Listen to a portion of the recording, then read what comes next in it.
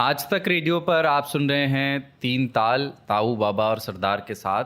और अब चर्चा चार्जर पर करनी है, फ़ोन के चार्जर पर, उसके चरित्र पर, उसके नॉस्टैल्जिया पर भी, और उससे जुड़ी बाजार की चालाकियों पर भी। यूरोपियन यूनियन ये प्रस्ताव पास कर चुका है कि साल 2024 के आखिर तक सभी डिवाइस USB-C टाइप चार्जर से चार्ज होंगे। अमेरिका ने भी इस तरह का ऐलान किया है।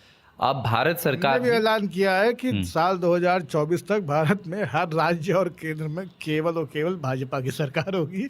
हम किसी दूसरे चार्जर पे नहीं जाएंगे। केबल और केबल सी टाइप केबल। तो अब भारत सरकार भी ये वैसे विचार कर रही है कॉमन चार्जर लाने का। मीटिंग भी इसके लिए हुई और ये कंज्यूमर मिनिस्ट्री के ऑफिसर्स और टेक इंडस्ट्री के रिप्रेजेंटेटिव्स को बुलाया सरकार ने और बात की उनसे। और एक चिंता भी है इसमें कि अगर भारत सरकार ये अभी टाइम से नहीं करेगी कॉमन चार्जर वाला, तो चूंकि अमेरिका और यूरोप के सभी चार्जर भारतीय बाज़ार में लाए जाएंगे तो वो यहाँ के मार्केट को कैप्चर कर लेंगे वैसे भी। अच्छा, इसमें एक इंटरेस्टिंग आंकड़ा मुझे मालूम हुआ जब मैं पढ़ रहा था इसके बारे में कि यूरोपियन यूनियन में करीब 45 करोड़ लोग करीब रहते हैं, जो उसकी पूरी जनसंख्या है। और जितने भी यूरोपियन कंज्यूमर्स हैं वो हर साल करीब 2.4 अरब यूरो, इंडियन करेंसी में 20,000 करोड़ रुपए सिर्फ चार्जर खरीदने पे खर्च करते हैं, ऐसे इलेक्ट्रॉनिक डिवाइसेस के जो चार्जर नहीं देते हैं जब आप वो डिवाइस खरीदते हैं। 20,000 करोड़ रुपए सिर्फ यूरोपियन यूनियन के लोगों ने एक साल में चार्जर पे खर्च किया। ये मार्केट जो है, सब ये लोग साथ में चार्ज करने की प्रवृत्ति नहीं है। हम लोग क्या, घर में एक चार्जर रहता है, 8 महीने चार्ज करे तो और इसीलिए यही तो सॉल्व होगा ना इससे। आपके पास आईफोन है, आपकी पत्नी के पास एंड्रॉयड फोन है या रिवर्स में है, दोनों के 2 चार्जर हैं और दोनों चार्जर आपने बाय द वे खरीदे हैं, जो कि आजकल फोन के साथ चार्जर नहीं देते। हम लोग क्या है, देखिए आप चले जाइए बस स्टैंड पे, आप खड़े हैं, फोन बंद हो गया है, पान वाले के यहाँ आप चार्ज कर लेंगे। यूरोप में कोई किसी को चार्जर देता नहीं है। बाप बेटे के चार्जर से चार्ज नहीं कर रहा है, मेहरिया जो है मनसबा के चार्जर से चार्ज नहीं कर रही है। भयंकर समस्या है इन लोगों के साथ में। नहीं तो मतलब 45 करोड़ ना 20,000 करोड़ रुपया, बताओ, बाप रे दैया। और वहाँ महंगा भी है ना ज़्यादा। तो ये एप्पल नाम के सज्जन को क्या तकलीफ है ताऊ? मतलब आप तो थोड़ा टेक्नोलॉजी जानते भी हैं, फॉलो करते हैं, वो क्यों मतलब नाटक करते हैं? वो ये चाहते हैं कि सब कुछ उन्हीं से खरीदा जाए, उनके एयरपॉड उन्हीं के फ़ोन से चलें, उनका वो तो बहुत ज़्यादा, चूँकि हार्डवेयर से पैसा बहुत कमाते हैं, बहुत महंगे होते हैं, तो वो नहीं चाहते कि दूसरे चार्जर से हमारा फ़ोन चार्ज हो जाए। इसके अलावा कोई कारण नहीं है बाय द वे। ये बकवास है कि ये हाई स्पीड है, लाइटनिंग बोलते हैं अपने चार्जर को, वो नाम दे रखा है उन्होंने। USB-C जो है वो इक्वली कैपेबल है। ठीक है, तो एप्पल का पूरा सिस्टम ही यही है। उन्होंने एक इकोसिस्टम बनाया अपने प्रोडक्ट्स के अराउंड। वो चाहते हैं कि आप उनसे चार्जर खरीदें और उनके चार्जर, उनके जो केबल है उनमें एक फॉल्ट होता है। मेरा जो अनुभव है वो एक एंड से फटना शुरू हो जाते हैं थोड़े दिनों के बाद। जौन तरफ से चार्ज कर रहे होते हैं ना, उधर वहीं उसी तरफ से। तो एक तो वो फोन स्लो कर देते हैं थोड़े दिनों के बाद, या हो जाता है। वो कहते हैं कि हो जाता है, पर मेरे विचार में सॉफ्टवेयर अपडेट से उनको स्लो कर दिया जाता है कि नया वाला आ गया है तो नया वाला ले लो, ये वाला हटाओ। और औकात तो तुम्हारी है ही, नहीं होती तो ये भी नहीं खरीदते। हाँ। तो बहुत बड़ा गेम है। अब आप घर में एक चार्जर रख सकते हैं, उसमें 5 आदमी चार्ज कर सकता है।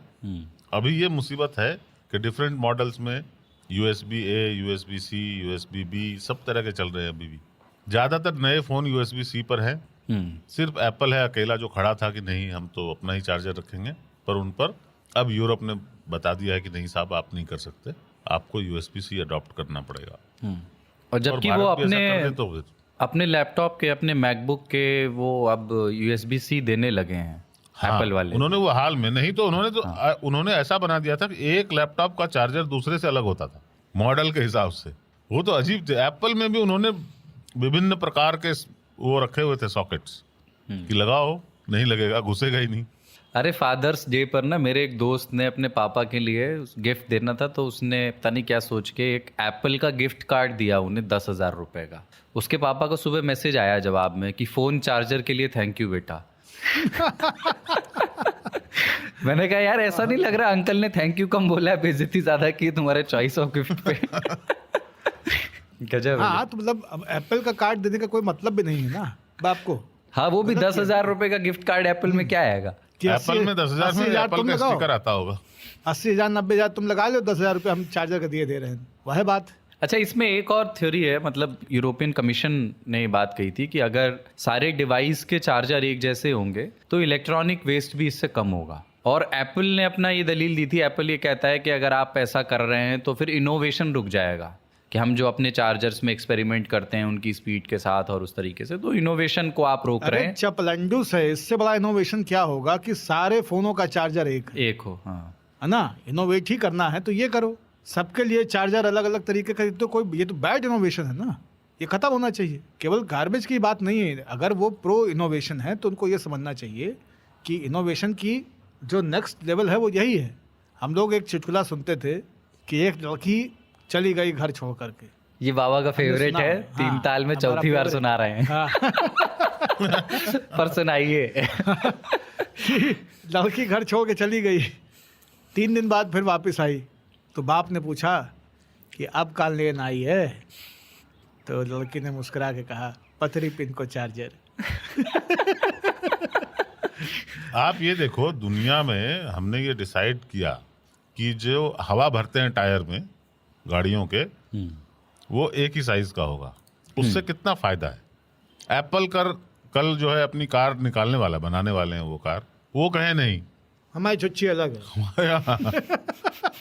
तो अजीब समस्या हो जाएगी ना, कौन से पेट्रोल पंप पे एप्पल वाला हवा का है। ये छुच्छी वाला खेल बंद होना चाहिए। ये कितनी अच्छी हेडलाइन होगी अगर वाकई एप्पल ऐसा कहे। एप्पल ने कहा हमारी छुच्छी अलग रहेगी। नहीं, पहले आपको अगर ध्यान हो कि खास करके टैक्सियों में देखने को मिलता था, आप टैक्सी बुक कीजिए और आपने तय किया कि भाई चलो आगरा घूम के आते हैं दिल्ली से, तो टैक्सी वाले से आप पूछते थे भैया चार्जर है क्या, तो कहता है हाँ है ना। फिर वो एक आपकी तरफ तार बढ़ाता था, उस तार में 4 चार्जर होते थे भाई साहब, एक चार्जर नहीं होता था। वो इनोवेशन था ना, जुगाड़। छोटे छोटे 4 केबल होते थे और 4 टाइप के हाँ, कनेक्टर। 4 टाइप के होते थे उसमें, कि पतरो है, मोटो है, चपटो है, तिकोनो है, सब जामे फिट। वो गाड़ियों के लिए बेस्ट रहता है। अभी भी बहुत सारे दोस्तों की कार में मैं बहुत देखता सारे लोग हूँ कारों में रखते कि हैं, वही वाला हालांकि रहता है, बहुत एक स्लो फोन चार्जिंग चार्जर, होती इसमें है। 4 केबल हैं। तो उसमें चार्जिंग बहुत स्लो हाँ। होती है, लेकिन अपने को क्या जल्दी, 8 घंटे की यात्रा है, चार्ज होता रहेगा, रील चलती रहेगी। आप दुकान पे जाइए फ़ोन की, तो वहाँ पे 10-12 तरह के चार्जर होते थे। सैमसंग का चार्जर अलग आता था, मोटोरोला का चार्जर अलग होता था, ब्लैकबेरी का चार्जर अलग होता था, नोकिया का चार्जर 2 तरह का था, गोल मोटा और गोल पतला, ये पतली पिन को चार्जर और मोटी पिन को चार्जर, ये दोनों नोकिया के थे। एप्पल महाराज का चार्जर अलग तरीके का होता था, वो जबड़े जैसा होता था, 2 दांतें निकले रहते थे, बीच में दराती होती थी, लगता था कि ये ट्रिमर है ना। बाद में वो ट्रिमर छोटा होता गया तो फिर एक पतला सॉकेट जैसा आ गया उसमें, है ना, जिसमें एक लोहा लंगा बाहर निकला रहता था कि हाँ ये चपटा सा है, चला जाएगा, हो जाएगा। तो ये स्थिति रही। भारत में एक समस्या और आती है, जब बाहर से लोग कुछ खरीद के ले आते हैं और यहाँ पे वो सॉकेट नहीं होते हैं उनके, हाँ। कन्वर्टर, है ना, तो अंग्रेजी लाइन और हिंदी लाइन वाला स्विच बोर्ड वाला जो मामला है। हाँ, हमारे यहाँ जो है वो 2 नीचे रहता है, पतले वाला सॉकेट जो है, अब मोटे वाला ऊपर रहता है। हमारे यहाँ सब किसी गोल है। देश में सब गोल होते हैं, किसी देश में स्लॉट की तरह होते हैं, हाँ, और वो फ्लैट होते हैं। फ्लैट होते हैं, और कभी कभी कहीं कहीं नीचे होते हैं। अलग अलग मुल्कों में जाओ, अलग अलग तरह के सॉकेट हैं, अलग अलग तरह के वोल्टेज हैं। अब तो खैर चार्जर्स में एक सुविधा हो गई कि वो 110 से लेके 250 तक काम करते हैं। पहले तो ये भी होता था, अमेरिका में इतना वोल्ट चलता है, यहाँ पे अपने यहाँ 250 चलता है। जैसे राजनीति में एक ही चार्जर जो है डोमिनेट कर रहे हैं देश भर में, दुनिया भर में, उसी तरह से मुझे लगता है कि मोबाइल और गैजेट्स में भी एक ही चार्जर को डोमिनेट करना चाहिए। आप मतलब बी टाइप डोमिनेट करे, सी टाइप वापस ही ना आए। नहीं, सी टाइप ही डोमिनेट करे। अरे सी टाइप में प्रॉब्लम ये है ना, ये महीन होगा, पथरी पिन को होगा। सी टाइप का प्लग जो है वो सॉकेट में घुस नहीं रहा है। ये लोग जबरदस्ती उसको घुसाने की कोशिश कर रहे हैं। अक्टूबर तक घुसा देंगे। रेनॉल्ड का पेल्ले के ऊपर वाले में हुरकुच्चे हुए हैं। अक्टूबर तक घुसा देंगे ऐसा कह रहे हैं। अच्छा, एक ना चार्जर आता था पहले, पता नहीं उसमें ना, देखा है आपने नहीं, उसमें एक पतला सा वो होता था, लेकिन ऊपर एक बत्ती लगी होती थी, लाल बत्ती हरी वो वाली। जलती थी, हाँ, लाल या लाल हरी। हरी, हाँ। हाँ, तो वो जब तक बत्ती जलती थी उसमें, तब तक ये है कि चार्जर चल रहा है। कई बार शिकायतें आती थी रिपेयर वालों के शॉप पे कि भैया बत्ती जल रही लेकिन चार्जर नहीं चल रहा। लेकिन हाँ, कि बल्ब तो फ्यूज नहीं हुआ आपका, लेकिन चार्जर जो हाँ तार में गड़बड़ हो गई बाद में, लेकिन जिसने भी वो किया वो बत्ती एकदम उसमें गैर ज़रूरी थी। जैसे आजकल वो मैक्रो लेंस दे देते हैं सस्ते फ़ोन्स में, जो पास के कैमरे तस्वीरें लेने के लिए होते हैं, वो कुछ भी ढंग का काम कर नहीं पाते। वैसे ही उस बत्ती की उसमें ज़रूरत नहीं थी, क्योंकि फ़ोन का चार्जर काम कर रहा है नहीं, इसका सबसे स्पष्ट प्रमाण है कि फ़ोन में लगा के देख लो। वो बत्ती पता नहीं क्यों दी हुई थी, वो अच्छा हुआ हटा ली गई। जब ये बी टाइप और सी टाइप जब पॉपुलर नाम नहीं थे, तब अलग अलग तरह की उलझनें और समस्याएं पैदा हुई थी, क्योंकि अलग अलग तरह के चार्जर थे। और ये तो उसमें सैमसंग वाला चार्जर होता था एक, जो बी टाइप था उसको कोई बी टाइप नहीं कहता था। तो लोग आते ही, जैसे कोई आपके यहाँ रिश्तेदार आया है ट्रेन से, बोले कि यार हमारा ट्रेन में छूट गया, एक चार्जर दे दो, सैमसंग वाला देना हमारा। तो नामकरण हो गया कि सैमसंग वाला। जब टाइप सी आया तब फिर लोगों ने कहा कि टाइप सी या सैमसंग वाला। आईफोन तब बहुत कम लोगों के पास होता था, तो उस तरह से ब्रांड के हिसाब से भी वो नाम जो है उस समय होने लगे थे। हाँ, लेकिन सी टाइप देखिए, सारे चाइनीज फोन में सी टाइप आ रहा है, गूगल के फोन सी टाइप चार्जर दे रहे हैं। तो हाँ, ये C-type बाद जो में है हुआ। वो, हाँ अब सी अब टाइप तो सैमसंग भी टाइप सी दे रहा है कि हाँ, हम जे जे है ना, जे हम तीन ताले देख नहीं पाएंगे, लेकिन आप तो देख सकते हैं। ये सैमसंग हाँ। के फोन है, ये सी टाइप है। तो सी टाइप जो है बहुत प्रभावी होता जा रहा है धीरे धीरे। काफी चिंतित एप्पल हैं वाले इस बात बहुत से। एप्पल वाले सी टाइप अडॉप्ट नहीं कर रहे हैं, बहुत सी टाइप लोग हैं।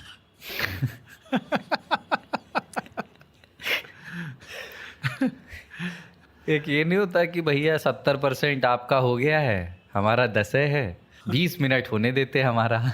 और एक वो वाली कैटेगरी है जो, मतलब मैं था उसमें एक समय तक, घर से निकलने से ठीक 3 मिनट पहले फ़ोन चार्जिंग पे लगाएंगे क्योंकि अब बाहर जाना है, और याद ही देर से आता था। लेकिन वो 3 मिनट बहुत क्रूशल होते थे। मतलब जब शाम को घर लौटना होता था तो बस 1% बचा होता था फ़ोन, तो याद आता था कि यार सुबह 3 मिनट वो नहीं चार्ज किए होते तो वो बंद हो जाता। तो अब तक बंद हो गया होता। हाँ, तो वो बहुत क्रूशियल टाइम होते थे निकलते समय। सबसे ज्यादा भरभंड आजकल है सवेरे सवेरे कि सुबह सबको निकलना है और सबको फोन चार्ज करना है, और घर में अगर ऐसे बाहर निकलने वालों के 4 फोन हैं और उनमें से 2 लोग अपने चार्जर खो चुके हैं यात्राओं में या कहीं और या ससुराल में, तो अब बचे हैं चार्जर 2 ही और सबको चार्ज करना है। अब भाई साहब, आप अपना चार्जिंग पे लगा के फोन नहाने गए हैं तौलिया रख के कंधे पे, ये सोच के कि जब तक आप लौटेंगे तब तक 30-35% अतिरिक्त चार्ज हो चुका होगा, और उधर से कोई आया, इधर आप बाथरूम में गए, कोई किसी ने तार खींच के आपके फोन से निकाला और अपने फोन लगा लिया, अब उनका चार्ज हो रहा है। और फिर आप निकलते हो, आप पाते हैं कि नहीं, आपका फोन तो ठूंठ की तरह अकेले रखा हुआ है, और फिर आप कल बुलाते हैं गांव, रील देखना है, फोन हमारा निकाल दिया चार्जिंग से। अच्छा, गांव के घरों में अचानक इधर उधर दूसरे तीसरे कमरे से ऐसी आवाजें सुनाई पड़ती हैं, हमार मोबाइलिया के निकालिस रे। वही कह रहे हैं। हाँ। और इस पे अक्सर छोटे भाई बहन पीटे जाते हैं। हाँ हाँ, इसमें जूतम पजार होती है, और इसमें वो अधिकार पूर्वक पीटता है जो नौकरी पे जा रहा होता है, हाँ, या जिसको काम होता है कि तू साले काहे मरत रहे में, तू के कौन काम रहा, दिन भर बैठ के केवल रील देखते हो, तुमको बढ़िया। वो वाला हिसाब है। तो चार्जरों के साथ आपके तजुर्बे जो भी रहे 3 तालियों के, उस पर भी अपनी चिट्ठियों में जिक्र कीजिएगा, उन किस्सों को बताइएगा। पतली पिन मोटी पिन पर कम चर्चा हो पाई क्योंकि उस पर पहले कई बार बात हुई है, चार्जर पर में आपके एक ही पास चीज कुलदीप हम जोड़ दें कि चार्जर किसी भी पिन का हो, कैसा भी हो, यूनिवर्सल हो या सैमसंग का हो या पतली पिन का हो, चार्जर की स्थिति ये है कि आज के समय में हमारे समाज में और दुनिया भर में आदमी से आप कहिए कि अब अगले 48 घंटे में तुमको एक ही चीज मिलेगी, भोजन या चार्जर, क्या चाहिए? आदमी कहे चार्जर दे दियो। जहाँ समाज पहुंच चुका है, आदमी बिना चार्जर के नहीं रह सकता भैया। भोजन तो वो ऑर्डर कर लेगा। हाँ, ऑर्डर करे, नहीं करे, ना कर पाए, मतलब ऐसे बियाबान छोड़ दीजिए कि नहीं तुम्हारा एकदम यहाँ कोई स्विगी नहीं आएगा, कुछ नहीं आएगा, डोमिनोज नहीं आएगा, वो कहेगा हम भूखे रह लेंगे लेकिन चार्जर दे दो। और आदमी को आप कहिए कि फोन दे दीजिए, चार्जर से मुक्त हो जाइए, 48 घंटे तक जो कहो कि वो खिलाएंगे वो पिलाएंगे, होएगा नहीं। सोशल डिलेमा करके एक, हाँ, मेरे ख्याल से डॉक्यूमेंट्री है, डॉक्यूमेंट्री, और उसमें यही होता है कि खाने की टेबल पे फोन जमा करके माँ रख देती है और आखिर में बच्चा जा करके उस लॉक को तोड़ देता है जिसमें वो फोन रखा। मतलब खाना खत्म होने तक फोन से दूर रह पाना बर्दाश्त नहीं है। तो चार्जर की महत्ता वहां पहुंच चुकी है। और ये वो अब समय नहीं रहा कि आप नोकिया का चार्जर आज सोमवार को सवेरे चार्ज करेंगे और फिर बुधवार की शाम तक आपको कुछ सोचना नहीं है। कितना हो अच्छा महंगा फ़ोन ले लीजिए, सवेरे चार्ज किया शाम तक लोडेस हो जाता है। हम कई बार सोचते हैं कि आप ये सोचिए कि दिल्ली जैसे शहर में कोई ऐसी क्राइसिस आ जाए कि 2 दिन तक विद्युत आपूर्ति पूरी तरह से बंद हो जाए, कुछ बिजली हो ही नहीं। उस सूरत में आप क्या कीजिएगा, लोग क्या करेंगे? और जिस तरह की निर्भरता मोबाइल पे हो चुकी है, समस्या ये नहीं है कि मोबाइल चार्ज नहीं हो पाएगा। मोबाइल चार्ज नहीं होने का मतलब बहुत कुछ है। राशन पानी, तेल, गाड़ी, कैब, टैक्सी, ऑफिस जाना, काम करना, ईमेल चेक करना, लोगों को मैसेज भेजना, लोगों को रिपोर्ट भेजना, सारी चीज़ें रुक जाएंगी। तो चार्जर भैया ये जो है ना, ये लव चार्जर से आगे की चीज़ हो चुकी है और बहुत ज़रूरी है। सरकार को चाहिए जगह जगह पे चार्जर बिछवा दे, सबका सार्वभौमिकीकरण कर दे, यूनिवर्सल चार्जर, और उसका जगह जगह लोगों को चार्जर दिया है। लोग चार्जर के अभाव में आत्महत्याएं कर सकते हैं भविष्य में। चार्जर जो है बहुत ज़रूरी हो गया है। लोगों को यूरिया मत दीजिए, लोगों को भोजन मत दीजिए, मध्याह्न भोजन मत दीजिए, चार्जर दे दीजिए भाई साहब। Charger is must. काफ़ी डार्क कंक्लूजन की तरफ बाबा इसको ले गए। ये दिख रहा है। हाँ, लेकिन आप लोग चिट्ठी में भेजिएगा और अपने किस्से सुनाइएगा। अपन अब न्योता वाले श्रोता की ओर बढ़ते हैं। चिट्ठियाँ आई हैं बहुत सारी, और जो पहली चिट्ठी है वो एक हस्तलिखित चिट्ठी है, फिर से 2 पन्ने की, हाथ से लिखी हुई। बन मुर्गा जी की ये चिट्ठी अरे है। अब की चिट्ठी पढ़ लो, अगली बार तो चिट्ठी वाले सामने बैठे होंगे। हाँ। 99 खत्म हो रहा है भैया, पढ़ो पढ़ो। हाँ, तो ये हाथ से लिखी हुई चिट्ठी है बन मुर्गा की। आपको याद होगा बाबा, ये वही है जिनके पत्र को आपने प्रिय पत्र कहा था। वाह। और चूंकि हाथ से लिखी चिट्ठी है तो मैं, हो सकता है पढ़ने में थोड़ा अटकूं। मैं खोल रहा हूँ वो चिट्ठी और पढ़ता हूँ। आप सभी 3 तालियों को सस्नेह अभिवादन। मैं वही बोगस बनमुर्गा, बनमुर्गा ज़्यादा अच्छा नाम है। पिछली चिट्ठी को सरदार जी ने गज़ब प्रस्तुत किया। आप लोगों की हौसला अफजाई वाह जी वाह, कलेजा पोख्ता हो गया जी। मैं नतमस्तक। आज एक मगही गीत से शुरू करूँगा। तनिकी संजोहू लहरिया ए गंगा मैया, तनिकी संजोहू लहरिया। मड़ई गिरल है मचान छितराइल, उखड़ल है चौखट केवरिया है गंगा मैया, तनिकी सजोहू लहरिया। मेरी मम्मी गंगा जी को ई ओरे से ऊ ओरे बहुत बार की हैं, यानी बाढ़ वाले प्रखंड की बात ये कह रहे हैं। ई ओरे से ऊ ओरे बहुत बार की हैं। उनको पूजा पाठ से बहुत नेह लगन है। पिंडा जी हो या पीर बाबा की मजार, नेम खेम कर और मान लेती हैं। मेरा ननिहाल पुनपुन नदी के किनारे है, 250-300 मीटर दूर। मम्मी से सुने थे कि हर साल डूबता था घर, खेत और गांव डगरिया। उनके ब्याह से 5-6 साल पहले की बात है, सावन भादों सन 75-77 की। उस वक्त नानी घर में थे नाना नानी, मम्मी, 3 मौसी और 2 मामू। मकान मिट्टी का ही था, खपड़े से छड़ाया हुआ फूस का दुआरी। उसके सामने खुले बरामदे, जिसके 4 दीवारी के कोने में तार के ददुरी का तिरपाल, नीचे नाद में सना पट्ठा भूसा। यही था बुढ़िया गाय के ऊँघने खाने का ठिकाना। उल्टे कोने में साग घास, बरसाती बनस्पति और आँठी से निकलते ठेहुने भर आम के पौधे। एक बकरी थी एक छत्र राज करते, यहाँ वहाँ फानती छरपती पत्ते चावती। पुनपुन में पानी चढ़ाया था, तैराकों के झुंड खुद को आजमा रहे थे। कई खेवैयों ने नाव को टिका दिया था नदी के तीरे। चूल्हा भंसा डूबे, इससे पहले नॉन जवाइन का खटखट रोटी बना लिया गया। कमरे में जौरी रस्सी के टंगने का जाल, उस पे सहेत रखो जो भी हो। सब इंतजाम दुरुस्त के बाद आ गए दुहारी पे, लगे निहारने उमड़ते बादलों को, दोनों हाथ कमर पे रख। फूंदी बूंदी जस आई तस गई। मामू मौसी मम्मी बकरी सब हर्ष में उछल रहे थे, हा हा ही में करते। गरजने वाले हैं ये तो। हथिया नक्षत्र को ये न सुहाया, लगा चिघारने फिर जो झमझम बरसा साहब। सब कोई खटिया चौकी पे सटे सिटुके थे। बकरी ने मचिया पकड़ लिया था, गाय टप्पर ओढ़ के भी ढलक रही थी, ढलढला रही थी। पानी कमरों में घुस आया, साथ आए हिन्न भिन्न जीव जंतु, छींट का चीथरा रूमाल और भी बहुत कुछ। नाग बाबा भी आए, 2-3 बार किए अंदर बाहर, फिर चले गए। नगिनिया को ढूंढ रहे थे शायद, जो बह गई थी धार में। मुसहरी टोले से चीख पुकार सुनाई दिया, हुरिया के बाबू का अर्दा पूरा हो गया था। अनहरिया रात तब 15 घंटे का हुआ। जब आँख खुली तो पानी पे धूप छहुल के लहलहा रही थी, खूब गोर लगाई हुई सूरज देव। एक टॉपिक का सुझाव है, सुंदर सपने। सही। सपनों में सांप, साए, भूत, पिशाच, खजाने का जगह, सेल्फ रिफ्लेक्शन जैसे और भी बहुत कुछ हैं, दोष के अलावे। फिल्म्स में इनकी भूमिका, कभी चर्चा करें इन पे। खैर, एक वाकया, हम एसेंचर आईटी एमएनसी मुंबई के एरोली थाने के पास एरोली ऑफिस में थे 2016-17 में। प्रोजेक्ट बड़ा था, 20-22 लोगों की टीम थी, पर काम इजी गोइंग था।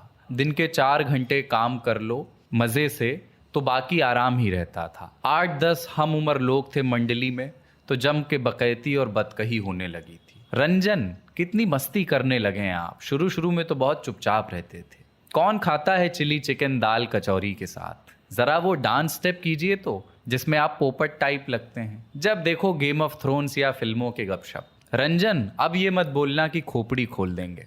इन सबों के जवाब में मैं बस इतना ही कहता था कि चल बे, खोपड़ी खोल देंगे तोहरी। ये लाइन जुबान पे चढ़ाया था। और जी हाँ, मेरा नाम रंजन कुमार है। एक वीकेंड हम लोग घूमने गए करजात के किसी फार्म हाउस पे। मौसम अच्छा था तो स्विमिंग पूल में धमा चौकड़ी मची थी। हम बार बार दौड़ के आते, हवा में गुलाटी मार के, पीठ के बल गिरते पानी पे। बहुत चुभ चुभाए और छप छपाए। दोस्तों ने कहा फिर से कीजिए तो वीडियो बनाएंगे। हम दौड़े, जंप किए, पर पता नहीं फ्लिप क्यों नहीं हो पाए। सर जो है पूल की तह से टकरा आया, कचक करके खोपड़ी खुल गई थी। स्टेपल करवाए, दर्द था, मगर मुसक रहे थे आना भर। ये तकिया कलाम तभी से छूट गया। बाबा ने पिछली बार प्रिय पत्र बोल के टेंशन दे दिया था, तो सालों बाद आइसक्रीम खरीद के खाए वॉलमार्ट से। ओ हो, क्या फ्लेवर है, सी सॉल्ट कैरेमल। होए तो ट्राई कीजिएगा। लिखने में किए हैं इस रूम में भी हमने सी सॉल्ट के चॉकलेट खाए हैं, सिर्फ इसीलिए। लेकिन हम तो सी सॉल्ट कैरेमल आइसक्रीम बहुत बढ़िया। लिखने में काटा कुटी हो जाता है, माफ कीजिएगा, और कोई भूल चूक हो तो नजरअंदाज कीजिएगा।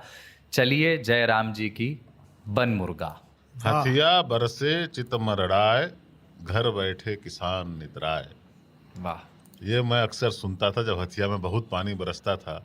बिल्कुल। तो चाचा लोग बोलते थे कि कैसे किसान जो है खुश होता है हथिया जब बरसता है तो। और इन्होंने जो बोला, इसके बारे में हमने चर्चा की थी स्विमिंग पूल वाले घटना की पिछली बार, डबल स्लिट एक्सपेरिमेंट।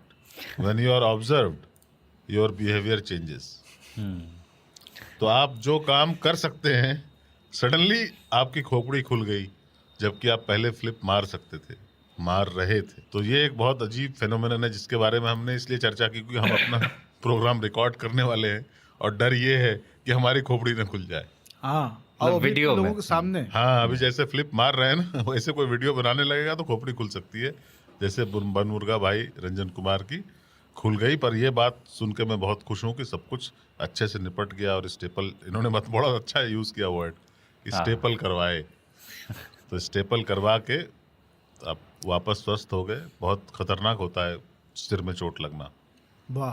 पर आपकी चिट्ठी गजब की थी। पहले वाला दृश्य भी बहुत सुंदर है, वो जो बारिश। मैं तो उससे निकल ही नहीं पा रहा हूँ, मैं आगे जा ही नहीं रहा हूँ। मैं इनके स्विमिंग पूल में मेरा कोई इंटरेस्ट नहीं है। मेरा सारा का सारा ध्यान 2 बिंबों पे अटका हुआ है। एक वो बीते से नाप के चमकीली लगभग हरी पत्तियों वाले आमियों से निकली हुई, जो फेंकी हुई गुठलियाँ होती हैं, उनसे जब आम निकल आते हैं, पौधे छोटे छोटे। तो एक तो उनका इस पत्र में आना बहुत ही सुंदर बिंब है, और मैं सोच रहा था कि बकरी ने उनको क्यों नहीं खाया। और दूसरा कि बारिश के पानी पे जिस तरह से इन्होंने सूर्य की पैलगी की है, वो बहुत सुंदर बिंब था। मुझे लगता है कि आज का जो पद्य और गद्य दोनों हैं, उसमें से ये जो देशज बिंब हैं ये खत्म होते जा रहे हैं।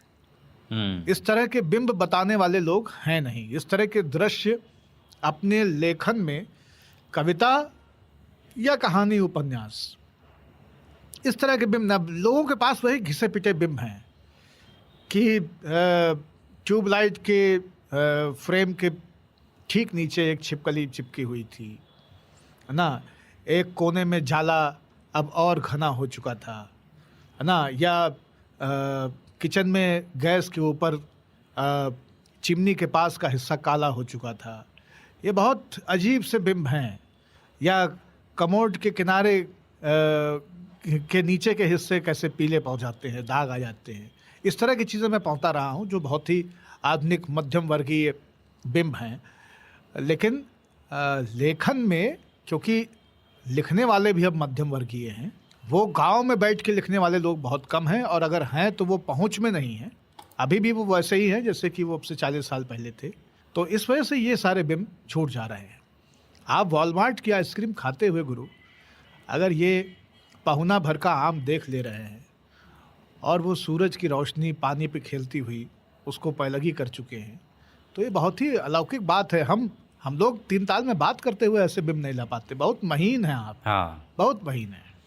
और इसमें ये सिर्फ ये जिस जगह के बारे में लिख रहे हैं ना, इनके पास उसका भाषा परिवार भी है। गांव के बारे में बहुत सारे लोग लिखते हैं, लिख बिल्कुल। रहे हैं, लेकिन ये जो अर्धा खरदा सब हाँ, है इसमें। अर्धा खरदा, वो खरखरापन है इसमें। हाँ, तो इसकी वजह से ये और ज़्यादा मज़ेदार। आपको और लिखना चाहिए रंजन भाई। इन्होंने अपना असली नाम भी बताया है, और बिल्कुल। बनमुर्गा इनका पेन नेम है।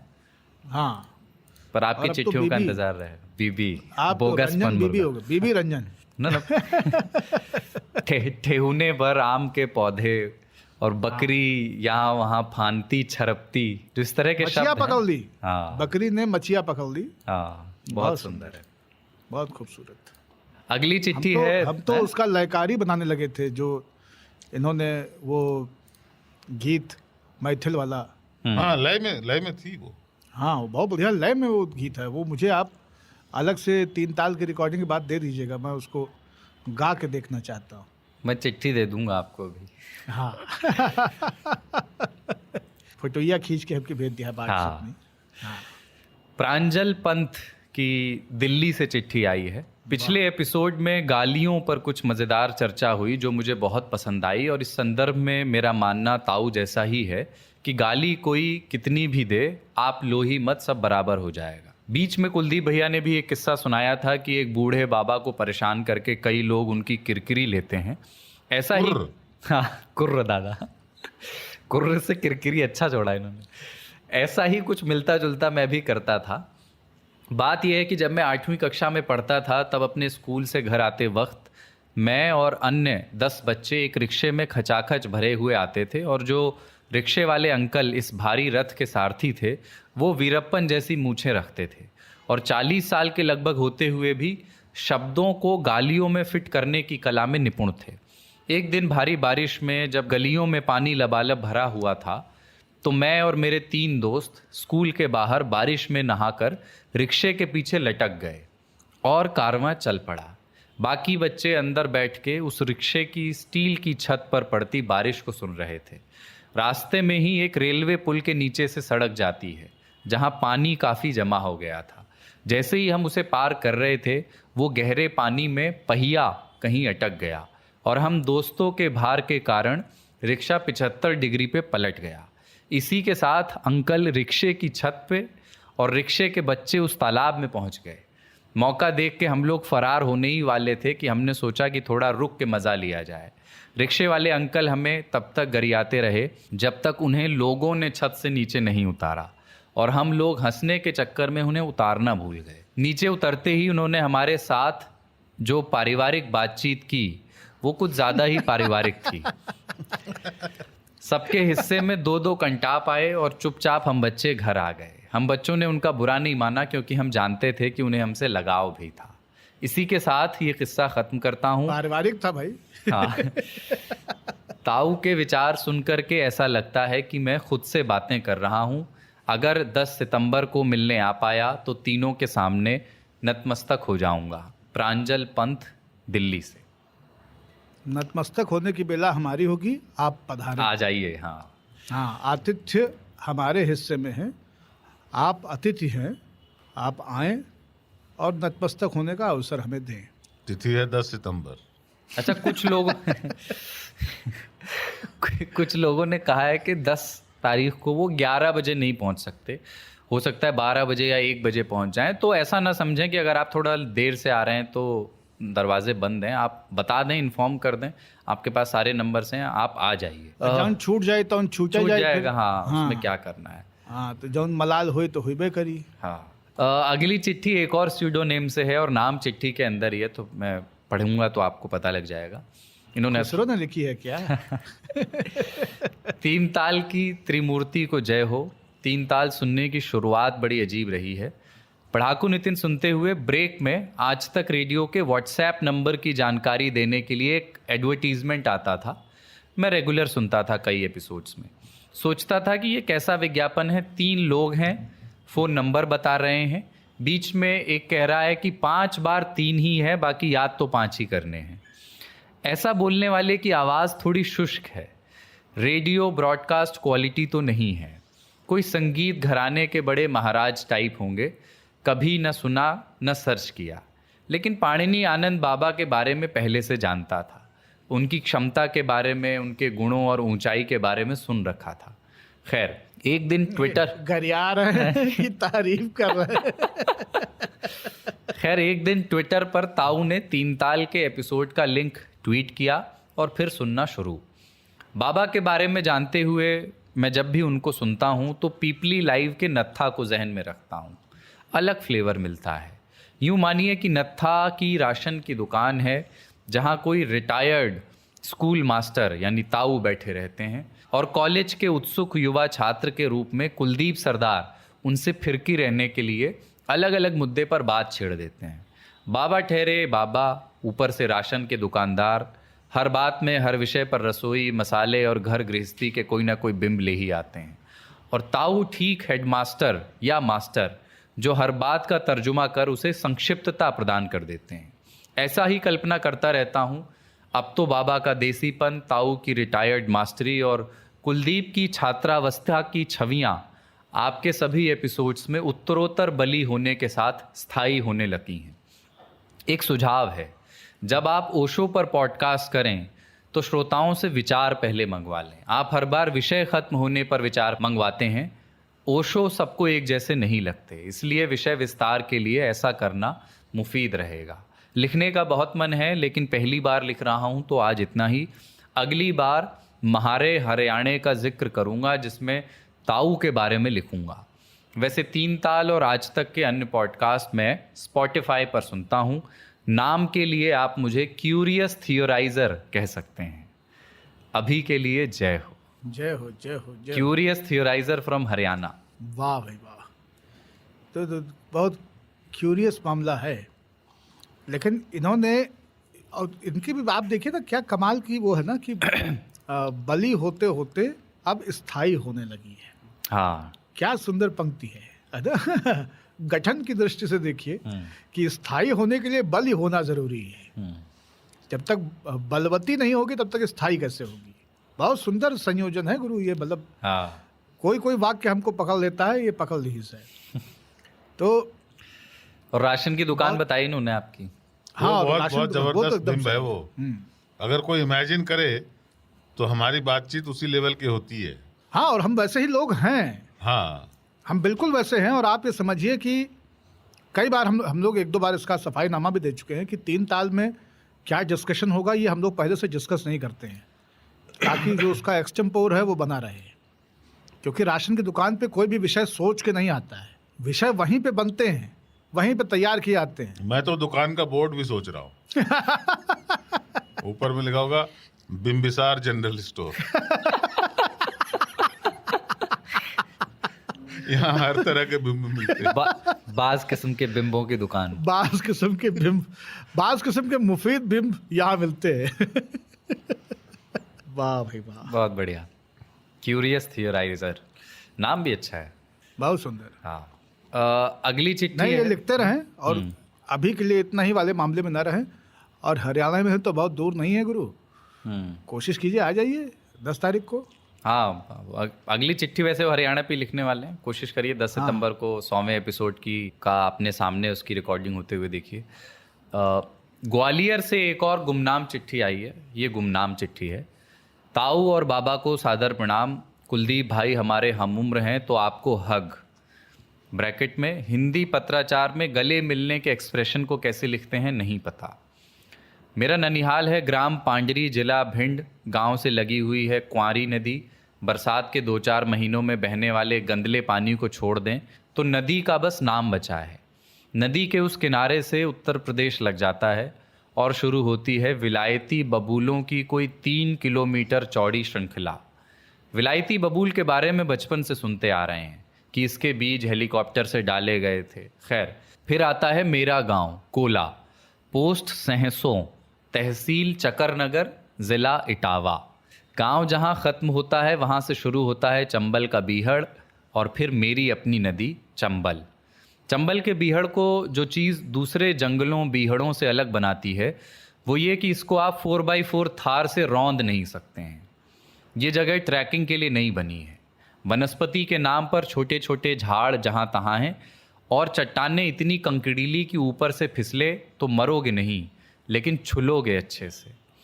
ननिहाल और गांव के बीच पेंडुलम के माफिक डोलते बचपन बीता। ननिहाल जिसे ममाना कहते हैं उसे हमारे यहाँ, ननिहाल जैसे डिज्नीलैंड और गांव जैसे आर्मी ट्रेनिंग सेंटर जहाँ रोज सोने से पहले पहाड़े पूछे जाते, वहीं ममाने में कागज पर चिड़िया की ड्राइंग बना दी तो नानी को लगता था कि नाती पिकासो बनेगा। डिज्नीलैंड और आर्मी का कमाल है यार, वाह। स्कूलिंग शिशु मंदिर भिंड से। ताऊ को लग रहा होगा कि माताजी और मास्टर साहब के बीच का ये दृश्य है। स्कूलिंग शिशु मंदिर भिंड से, कॉलेज और अब स्थायी ठिकाना ग्वालियर। पिछले एपिसोड में जिस चीज़ ने चिट्ठी लिखने के लिए ट्रिगर किया वो है ट्रिगर। बंदूकों से पहला परिचय तब हुआ जब बचपन में बंदूकें बनते ट्रायल होते देखा। जगह नहीं लिखूंगा। कट्टा, अधिया और टोपीदार। टोपी भिंड के हैं तो जगह लिखने की जरूरत क्या है। हाँ। टोपीदार मेरी फेवरेट थी क्योंकि उसमें हम बच्चों का योगदान था। हम लोग दवाइयों के रैपर इकट्ठा करते, पेंसिल के पिछले हिस्से पर लपेटकर छोटी छोटी टोपियां बनाते, फिर उनमें भरा जाता पोटास। टोपी फंसा के नली में कंचे और बेरिंग के छर्रे भरे जाते और धड़ाम धुआं धुआं। हालांकि इस बंदूक का इस्तेमाल पहाड़े, एक तरह का नीलगाय, पहाड़े को भगाने और जंगली सुअर और सेई को मारने में होता था। घर में अब 3 लाइसेंसी 315 बोर माउजर हैं जिनके लाइसेंस तब लिए गए थे जब क्षेत्र में डाकुओं का मूवमेंट था। अब बंदूकों को देखकर मैं निराश हो जाता हूँ। 2 साल पहले पापा के निधन के बाद जब घर वालों के आग्रह पर उनकी बंदूक मेरे नाम कर दी गई थी, लेकिन मैंने 2 साल से उसे छुआ भी नहीं है। मामा कहते हैं जिसके पास हथियार होता है वही सबसे ज़्यादा वल्नरेबल होता है। भिंड, मुरैना और चंबल पट्टी में बंदूकों की संस्कृति पर लिखने को बहुत कुछ है, पर फिर कभी। जय हो। तो ये एनोनिमस चिट्ठी है, इन्होंने अपना नाम नहीं बताया है, ग्वालियर से है। बहुत मज़ेदार इन्होंने कट्टे का मुजाहिरा पेश किया। भाई आप एक तो हक के लिए और चिट्ठी के लिए बहुत बहुत शुक्रिया। और वाह, जिस तरीके से आपने चिट्ठी लिखी बहुत सुंदर लगा। पर एक मुझे बड़ा अच्छा ये तरीका लगा है 3 तालियों का, एक सूडो नेम चुन लेने का। तो आप वो भी उस पर विचार करिए, वो चुन लीजिए। उससे क्या होगा ना, आप आगे लिखेंगे, भले ही आप अपना नाम ना बताना चाहें, तो एक पहचान हो जाती है कि अच्छा ये वही वाले रहेगा। हाँ, ये वही वाले गुमनाम है। हम लोग यहाँ पे ताऊ बाबा सरदार हो गए, वैसे आप लोग भी कुछ कुछ होते। देखिए आज ये क्यूरियोसिटी वाला एक हम लोग के साथी, उन्होंने उधर बन मुर्गा, रंजन भाई आज नामों बता देना अपन, नहीं तो बन मुर्गा बढ़िया नाम था गुरु, फर्स्ट क्लास है ना। उधर एक जने खुरपेंच हैं, तो ब्रूस वेन हैं, तमाम नाम है। हम लोग असली नाम जानते हैं इन लोगों का, जेम्स नॉरिंगटन। हाँ, सबके नहीं जानते हैं हम। हाँ, सबके नहीं जानते, कुछ कुछ के जानते हैं। हाँ। लेकिन जिनका जानते हैं उनको भी ये नाम ज़्यादा मजा देता है। हाँ। और हम लोग कभी भी इन लोगों को इनके असली नाम से बुलाते नहीं, हम लोग को भी इसी मजा आ रहा है। हम तो इनके गांव के, ननिहाल के, उसके लिए इसलिए उत्सुक थे जानने को, क्योंकि हमारा जो पूर्वजों का घर है वो इनके ननिहाल से बहुत ज़्यादा दूर नहीं, गोरमी एक जगह है, वहाँ के से पास एक परोसा नाम का गांव है, वहाँ पर है। और वहाँ पे भी कुंवारी नदी बहती है।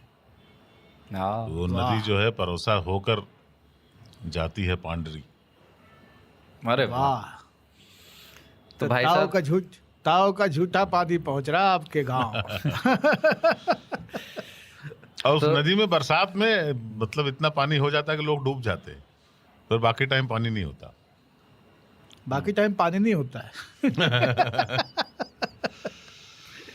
तो भाई साहब आप अगली बार जब भी चिट्ठी लिखें कुछ एक नाम सोचिए और चुन लीजिए। हाँ, रेफरेंस दे दें कि आपने पिछली वाली लिखी थी। हाँ, रेफरेंस दे दीजिएगा कि मैं वही हूँ जिसने बीहड़ से लिखी थी। नाम गांव का बता देंगे तो आइडिया लग जाएगा। हाँ, पांडेरी वाले रख दीजिएगा नहीं तो। हाँ, चलिए अगली चिट्ठी राहुल सिन्हा की आई है दिल्ली से। आप सभी को मेरा प्रणाम। मेरा नाम राहुल सिन्हा है।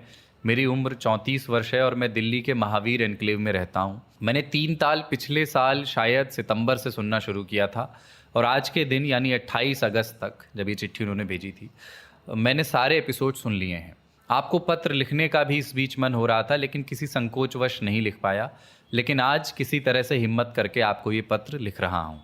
मुझे रेडियो सुनने का शौक़ स्कूल टाइम से लग गया था जब नए नए FM चैनल लॉन्च हो रहे थे। एक अलग ही मज़ा था उसका भी, गाने सुनने का और आरजे की ओर से बीच बीच में जो बोलते हैं उसको सुनने का। तो इस दौरान टीवी से भी मोहभंग मेरा होने लगा। अब मेरे लिए टीवी का मतलब सिर्फ यूट्यूब ही है।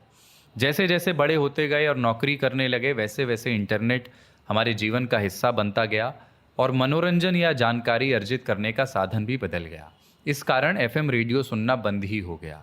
लेकिन जब 3 ताल के बारे में यूं ही गूगल पॉडकास्ट पर विचरण करते हुए पता चला तो सुनने लगा तो ऐसा लगा कि मानो इसी की तो तलाश थी कब से।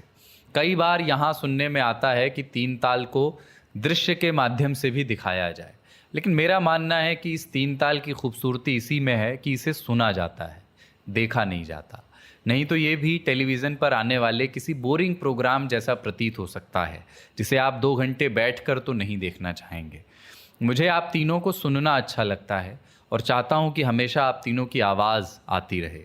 बीच बीच में कई बार कुछ अन्य मेहमान आ जाते हैं यहाँ जिससे वो बिन बुलाए मेहमान प्रतीत होते हैं और ऐसा लगता है कि बिरयानी खाते समय लौंग या दालचीनी का कोई छोटा टुकड़ा मुंह में आ गया है, जिससे बिरयानी खाने का मज़ा जो आ रहा था वो कुछ देर के लिए कम हो जाता है। अतः ऐसा ना किया करें।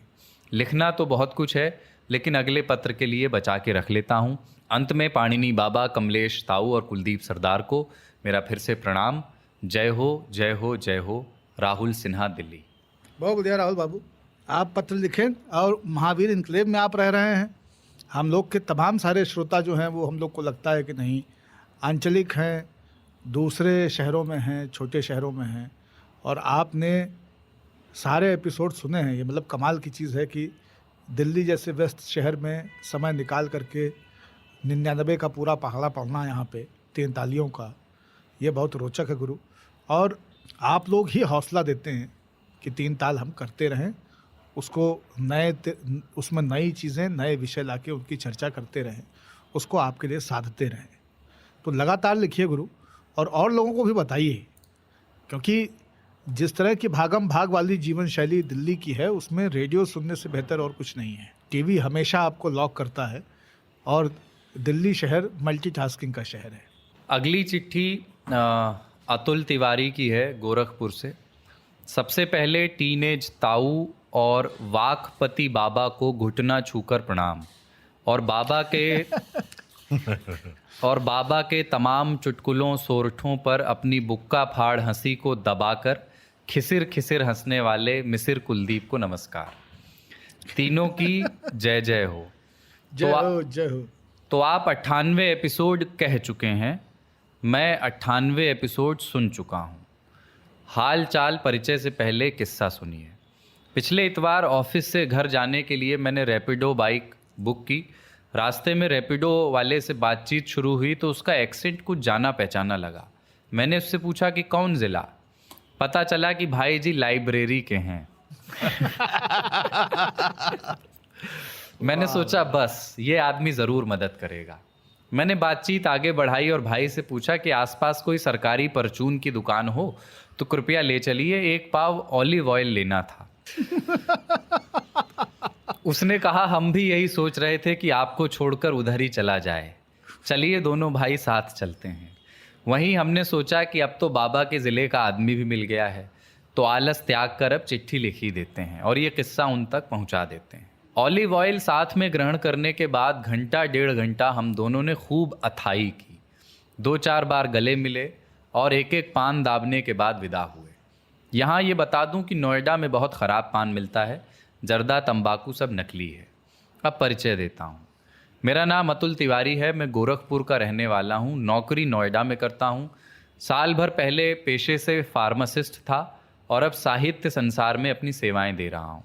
मैं 3 ताल का और आप तीनों का जबरा फ़ैन हूँ। 3 ताल ने मुझे क्या क्या दिया ये सुन लीजिए। अभी कुछ दिन पहले मैं एक पार्टी में गया था। पार्टी में लोग खाना खाने की जल्दबाजी में एक दूसरे पर ढह रहे थे। मैंने ये देखकर अपने दोस्त से कहा, देख रहे हो, बुफे का वांग्मय ही ऐसा होता है कि लोग अधीर हो जाते हैं। तो भैया ये तो असर है आप लोगों को सुनने का। बाबा ने मुझे वांग्मय दिया है, सरदार ने ध्वन्यात्मकता। आप पूछेंगे ताऊ ने क्या दिया? वही जो ताऊ लोगों को देते हैं, विजन। और दी बांदर विचारधारा। कुल मिलाकर आप लोगों ने बहुत सारी हंसी दी, बहुत सारा ज्ञान दिया और बहुत सी सीख के साथ साथ बहुत सारे हैक दिए। अच्छा, बंदर से याद आया, बाबा के इंस्टा पर बंदर छाप ऑलिव ऑयल की एक तस्वीर टंगी है। बाबा से निवेदन है कि किसी अनसेंसर्ड ट्विटर स्पेस में इसके गुण अवगुण को व्याख्यायित करें। पिछले एपिसोड में गाली पर बात चली। बाबा और ताऊ का गाली पर बात करते हुए एक भी गाली ना देना, एक गाली ही है। माने घोर विडंबना। तो बाबा ताऊ आप फिल्टर लगाने की ना सोचा करें, हमें पता है लड़के हैं बीप लगाने को। हम समझ जाएंगे कि बीप लगा हुआ शब्द कौन सा था। आप लोग और खुलकर बोला करिए, बीप वीप आप लोगों पर सूट नहीं करता। सच कहूँ तो मैंने आज 20 साल बाद कोई चिट्ठी लिखी है। इसके पहले बचपन में मैंने कश्मीर में तैनात अपने पिता को चिट्ठी लिखी थी और उनके साथ रहते हुए अपने नाना को। आज बाबा, ताऊ और सरदार को लिख रहा हूँ। लिखते लिखते याद आया कि चिट्ठी लिखने से पहले पिताजी अंतर्देशीय के टॉप पर जय माँ दुर्गे लिखा करते थे। बहरहाल जहाँ मैं काम करता हूँ वहाँ एक कवि आते हैं। वे अक्सर कहते हैं कि भाई हम लोग कवि नहीं हैं, हम लोग कविता को धौंकनी दे रहे हैं। तो कुलदीप 3 ताल को धौंकनी देते हैं, देते रहें। 3 ताल का जंतर बिकता रहे, बाबा का लौंडपन जिंदा रहे और ताऊ की तुर्शी बरकरार रहे। मेरी शुभकामनाएं हैं। 3 ताल गुलजार रहे। यहाँ केवल गुलजार शब्द के रूप में इस्तेमाल किया गया है। ओह, बाप रे। आखिरी बात यह कि बाबा को पकड़ जकड़ कर तो हाँ। आखिरी बात यह कि बाबा को पकड़ जकड़ कर बारात नामा लिखवा लिया जाए। बाबा के बारात दर्शन में भारत दर्शन है। अतुल तिवारी, गोरखपुर। अतुल भैया एकदम रगड़ दिए हैं। बहुत जबरदस्त। गुलजार आज दिल्ली में है, 5 बजे जाना था और अभी 6 बज रहे हैं।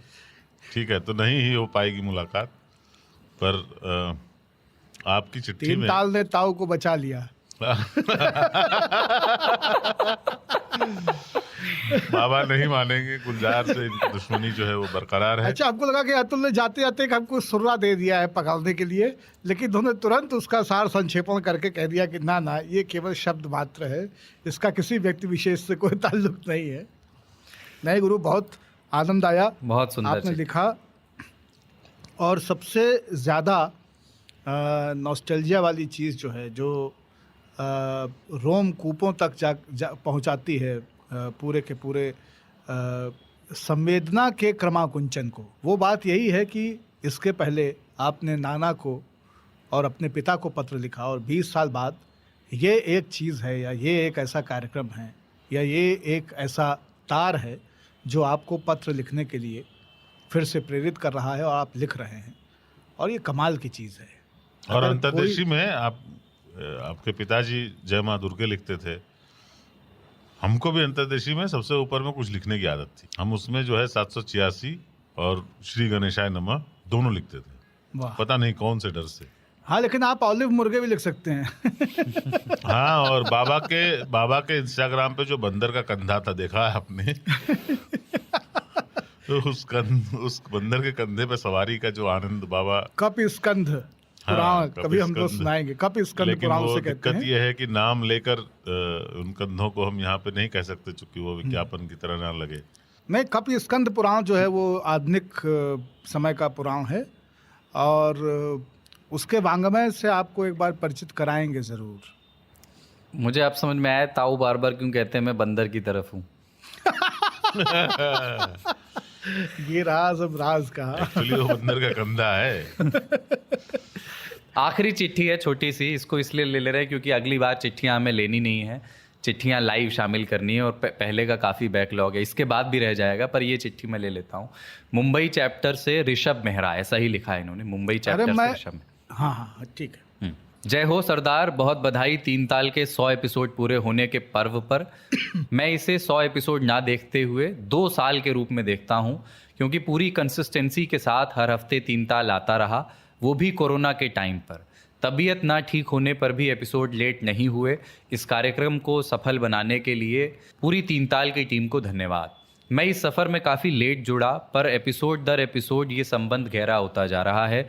3 ताल मेरे पहले कंटेंट पीस है जहां मैं जितना इन्वॉल्व हुआ हूं। अरे वाह, आपके पास भी आई है चिट्ठी। हाँ, अच्छा, हम सोच रहे थे कि तुम सब चिट्ठी पढ़ लोगे तो ऋषभ की चिट्ठी मैं पढ़ दूंगा। पढ़ दीजिए यहाँ से। नहीं, पढ़ो पढ़ो पढ़ो पढ़ो। 3 ताल मेरा पहला कंटेंट पीस है जहां मैं इतना इन्वॉल्व हुआ हूं, और यह भी आप इस पॉडकास्ट की सफलता मान सकते हैं कि 3 ताल से ऐसा तालमेल बैठा है जो इतने लोगों को पत्र लिखने पर मजबूर कर देता है। आपका जो सेंस ऑफ कंडक्ट है 3 ताल और ट्विटर स्पेस पर, वो काफ़ी बढ़िया है। मुझे एक किस्सा याद आ रहा है, जब देर रात हो रहे ट्विटर स्पेस पर आरएसएस और संघ पर बात हो रही थी, तो एक व्यक्ति ने गो टू लाहौर कहा था और आपने उससे बहुत ही सहजता से डील किया था। तब से मैं आपके सोशल कंडक्ट का फ़ैन हो गया हूँ। मुंबई चैप्टर से ऋषभ मेहरा। वाह, ऋषभ भाई लिखते रहे हैं। हाँ, पहले ऋषभ भी। ने मतलब हमको भी पत्र लिख के भेजा, और बहुत सुंदर बात है कि ये सुन भी रहे हैं, और मतलब मुझे जो पत्र लिखा है उसमें उन्होंने मेरे बारे में एक पैराग्राफ लिखा है, आपको जो लिखा है, तो इन्होंने व्यक्तिगत रूप से भी सबसे संवाद बनाने का अपना प्रयास वाला किया पढ़ है। दीजिए, अगर आपके वाले में आपका और अब हम बंद कर देना अच्छा होएगा।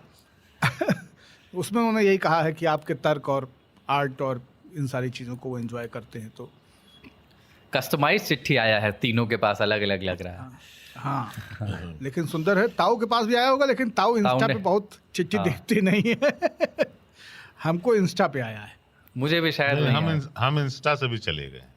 चलेगा, इंस्टा पे तो हो सकता है ताऊ को ट्विटर के डीएम में आया हो, पर उन्होंने चेक ना किया हो। पर वैसे ये अगली बार मतलब वैसे ये कि आप एक साथ भी भेज सकते हैं, उससे ये रहता है कि एक जगह जमा हो जाती हैं, और एक चिट्ठी तीनों के बारे में तीनों को भी भेज सकते हैं। पर ऋषभ भाई, आपका बहुत शुक्रिया कि आपने नोटिस किया कि बिला नागा 3 ताल 2 साल से हो रहा है, और उसमें कोविड काल की समस्याएं आई, स्वास्थ्य की समस्याएं आई। कई बार हम तीनों में से अलग अलग समय पर अलग अलग लोग दिल्ली एनसीआर में नहीं थे, बाहर थे। इसके बावजूद 3 ताल रिकॉर्ड हुआ और शनिवार तक आप लोगों के फ़ोन में आया। तो ये बिल्कुल 3 ताल की जो प्रोडक्शन टीम है वो इसके पीछे है, जो साउंड टीम है। कपिल बाबू हमेशा बैठते हैं, आज अमृत रे जी उनकी जगह बैठे हुए हैं। जो प्रोड्यूसर हैं, इसके 2 प्रोड्यूसर हैं, शुभम तिवारी और कुमार केशव, तो उनको इसका श्रेय जाता है। और शुभम और कुमार केशव तो बेचारे घंटों बैठ के सुनते हैं। हम लोग तो 2 घंटे 2.5 घंटे बकर करके चले जाते हैं, एक एक वाक्य को देखना, खांसियों को निकालना, बीच में जो हमारा तमाम डिब्बा पानी बोतल चल रहा होता है उसको संभालना, है ना, तमाम थूक खखार सब साधना पड़ता है, सुनना पड़ता है। सोचिए ना, 2-2 3-3 बार पूरा 3 ताल हर एपिसोड। हमसे ज़्यादा उन लोगों को याद हो गया है। तो बिल्कुल ये पूरी टीम इसमें जो लगती है 3 ताल के प्रोडक्शन में, ये उन सब की वजह से संभव हो पाता है। ठीक है, तो अब न्योता दिया जाए अगले हफ्ते का। दे जा रहे हो तुम, आमने सामने अगले हफ्ते आइए, और आप सभी से मिलने का भी बहुत मन है। तारीख हम पिछले एपिसोड में भी बता चुके हैं, 10 सितंबर शनिवार का दिन है। ज़्यादातर लोगों की छुट्टी होती है। सुबह 11 बजे से 3 ताल मिलन समारोह शुरू है, जिसमें रिकॉर्डिंग जो है वो थोड़ा देर बाद होगी, पर और भी बहुत सारी चीज़ें हैं उसमें। 11 बजे से 7 बजे तक का हमने कार्यक्रम रखा हुआ है। वैसे अगर आप आते हैं तो आप बीच में भी जा सकते हैं, ऐसा नहीं है कि आपको बंद करके हम रख लेंगे। देर से आना चाहते हैं 5 के पहले जाने नहीं देंगे, लेकिन हम 5 के पहले नहीं जाने देंगे। 5 बजे तक चलेगी रिकॉर्डिंग 3 ताल की, हाँ, और उसके बीच में जाना इस तरह से है कि आप विश्वनाथ गली तक आए और दर्शन किए बिना चले गए, तो 5 बजे तक न जाए दे। वो के बाद हाँ, उसके जिनका- बाद फिर हाँ शाम को 5 उसके बाद किसी को लगता है कि नहीं ऑलिव ऑयल ज़्यादा जरूरी है 3 ताल की टीम से, तो चला जाए। हाँ, तो जगह क्या है? फिल्म सिटी है, सेक्टर 16 नोएडा। वहाँ पर मीडिया प्लेक्स है, इंडिया टुडे और आज तक का दफ्तर। आप ऐसे लिखेंगे आज तक ऑफिस या India Today media plex Google पर, तो गूगल मैप आपको बता देगा फिल्म सिटी सेक्टर 16 नोएडा, यहाँ पर आपको आना है। और गेट नंबर 1 एक चीज़ का बस ध्यान रखें कि आज तक का ऑफिस फिल्म सिटी नोएडा पहुंच के आप 3 ताल के इस कार्यक्रम में शामिल हों, लेकिन शामिल होने की पूर्व सूचना देने से हम आपके आने और आपके प्रवेश, रजिस्ट्रेशन, इस तरह की तमाम सारी व्यवस्थाओं को सुचारू रूप से कर पाएंगे। इसलिए अपने आगमन की पूर्व सूचना देकर हमें कृतार्थ अवश्य करें।